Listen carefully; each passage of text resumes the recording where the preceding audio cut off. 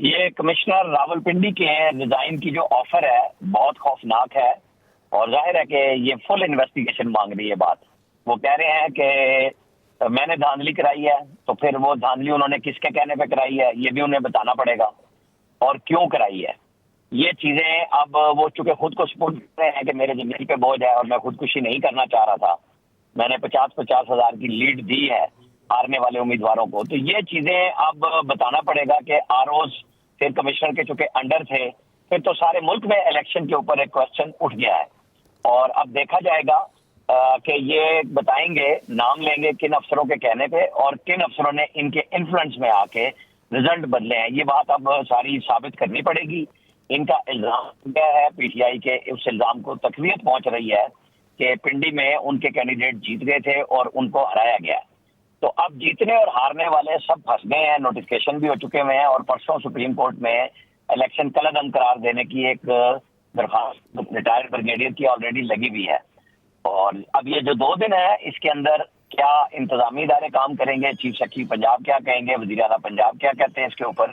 اور پھر یہ خود کمشنر کیا بتائیں گے کہ انہوں نے کس کے کہنے پہ دھاندلی کی ہے، کیونکہ یہ تو نہیں ہو سکتا کہ جی یہ کہیں کہ یہ میں نے خود کر دی تھی اور میرے ضمیر پہ بوجھ ہے۔ بوجھ کس چیز کا ہے اس کی بھی انہیں وضاحت کرنی ہوگی، کیونکہ ابھی تو فوری طور پہ ان کا بیان آیا اور اس کی انویسٹیگیشن بھی ہونی ہے، چیکنگ بھی ہونی ہے۔ تمام اداروں کا یہی کام ہے کہ وہ اس کو چیک کریں اور دیکھیں۔ اچھا عامر الیاس رانا صاحب، ہم یہ دیکھتے ہیں کہ مختلف سیاسی جماعتیں سراپا احتجاج بھی ہیں، پاکستان تحریک انصاف، ANP، JUI کی جانب سے بھی کہا گیا اس سلسلے میں آپ کو جو مختلف جو آزاد امیدوار ہیں ان کی جانب سے بھی بیانات سامنے آتے رہے، احتجاج ہو رہے ہیں، اور یہ ایک جو استعفیٰ ہے اس سلسلے میں اب الیکشن کمیشن آف پاکستان کی بڑی ذمہ داری ہے۔ اب آگے کیسے بڑھا جائے گا؟ ان کو تحویل میں لے لینا چاہیے؟ انویسٹیگیشن کس طرح ہونی چاہیے؟ ظاہر ہے انہوں نے تو خود کو کہہ دیا نا کہ میں خود کو تحویل میں دے رہا ہوں۔ اب یہی چیز چیک ہونی ہے کہ آپ کس طریقے سے اس کی انویسٹیگیشن کرتے ہیں، کن لوگوں پہ وہ الزام لگاتے ہیں،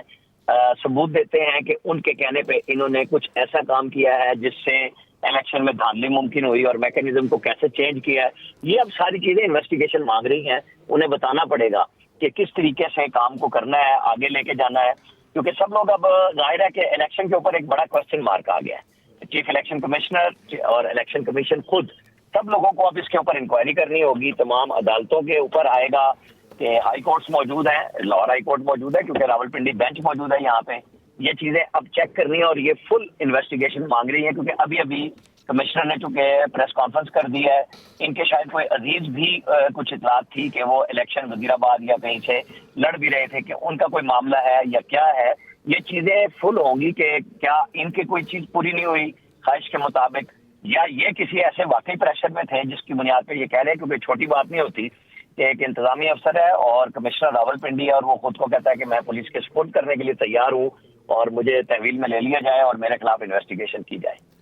کیا کسی قسم کا عامر الیاس رانا صاحب پریشر بھی ہو سکتا ہے؟ ہم دیکھتے ہیں کہ سوشل میڈیا کے اوپر مختلف کمپینز بھی چلائی جا رہی ہیں، آروز کی تصویریں بھی شیئر کی جا رہی ہیں، مختلف اس طرح کا پریشرائز یا ہتھ کنڈا استعمال کیا جا رہا ہے، ایسی کوئی بات بھی ہو سکتی ہے؟